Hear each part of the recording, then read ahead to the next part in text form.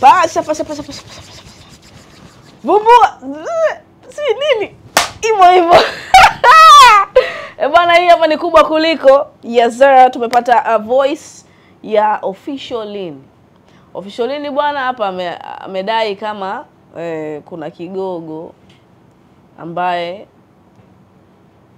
anawasumbua sana dada zetu wa mjini. Yaani kigogo bwana anakuwa anapita kwa mastaa, dada zetu mastaa wa mjini. Lakini yeye akasema kwamba huyo mimi nilishapita naye miaka 4 nyuma.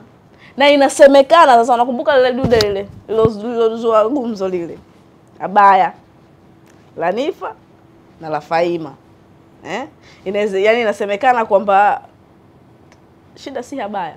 Wanawake hawana hela.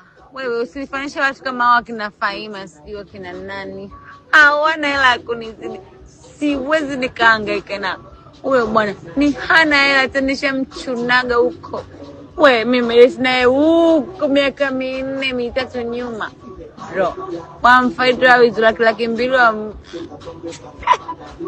my friend nimelea tunabana mwongea hivi sana, lakini huo ni ukweli. Yaani huyo haya nimemwacha miaka 3 nyuma, 4 sijui. Understand? Huyo anahangaika na sasa hivi kwa sababu wao wanahangaika na sasa hivi. Sio mimi wewe. Mimi usiwezi kunifanyisha na Faima. Uwezi kunifanyisha na mwanamke yoyote. Uwezi. Mimi next level. Yo, uwezi kunifanyisha na mtu yoyote. Yaani kutajia vitu yangu mwenyewe uwezi hata wewe Faima mwenyewe na star. No one's date na master hawana 100. Sio hawana 100. Aitokea tu kunionga huyo mmoja. Kunifanyia kila kitu ninachotaka. Nifanyie kweli. Mastani ukumbabu. Kwa hata siku nani